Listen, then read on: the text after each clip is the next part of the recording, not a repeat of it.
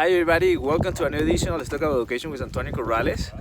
We're here in the Rocky Mountains in Canada, and I'm here with two wonderful educators who are changing the world of many in Canada in the early childhood world.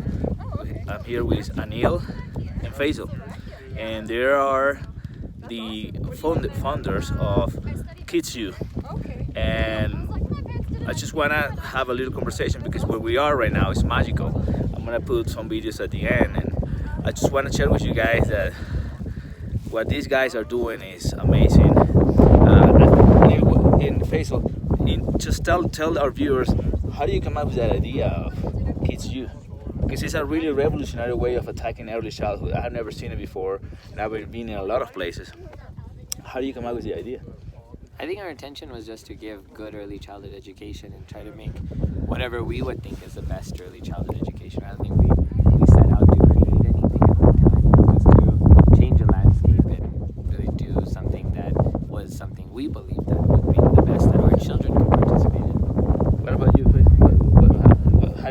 How do you get involved in this wonderful project? Well, I think Anil was doing his research at the University of Calgary.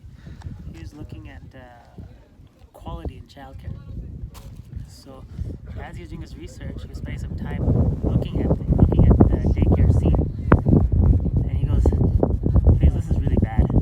You don't understand how bad this is. You know, out of all the OECD countries," I'm like, "Yes." He's like, "Canada's like 23 out of 25. It's that bad." Wow. I'm like, "No, it can't be." He's like, "Yeah, it's that bad. The children here are backwards."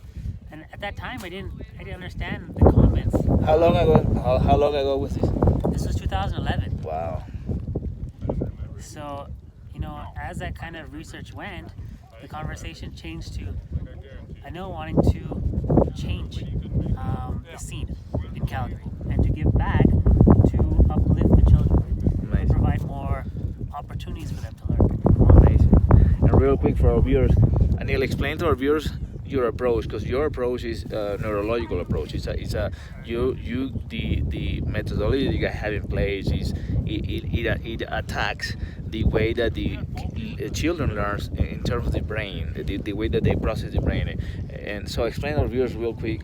You talk about left brain, right brain, and the process you have in place. Well, I think for a long time you have a lot of psychological, philosophical approaches to education, but what we forget is that we have a physiological approach that happens at the same time, and we're learning a lot, not only about the brain and psychology, but we're also learning about the brain physically. And really the two researches don't necessarily work hand in hand. So I think when you look at the cognitive neurological sciences and you start to put the two together, and now you have cognitive developmental neurological sciences, and you put that with education, where in early childhood the brain is building at the most rapid place in our whole lifetime, that just makes sense to me. And how do we put that into practice? That's the hard part, is most people can read the research, they can understand that it's happening, but really to take each individual research that's been presented and then start to implement it within your practice and your curriculum, so that mindfulness and things like that we know are good for us just become ingrained because it's the way the brain naturally develops.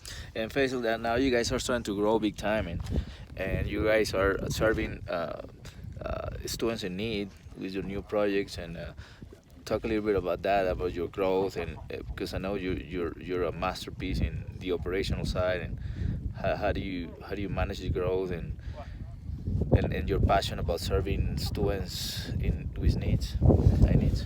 So I think when we first kind of came onto the scene in 2012, we had no reputation. We just had an idea, and then the idea kind of kept growing and changing, because an idea on paper changes when you put it into practicality.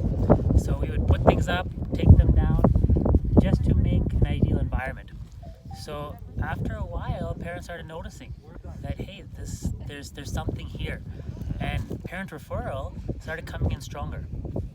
So I remember our first permanent school that we built, it got filled up in 6 months. Wow.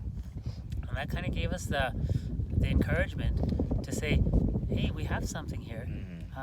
The market and our parents are liking it. They're noticing the differences, so it encouraged us to keep growing. That's amazing. Anil, one recommendation for early childhood educators out there who are serving children right now? What can you tell them? What can you encourage them to do?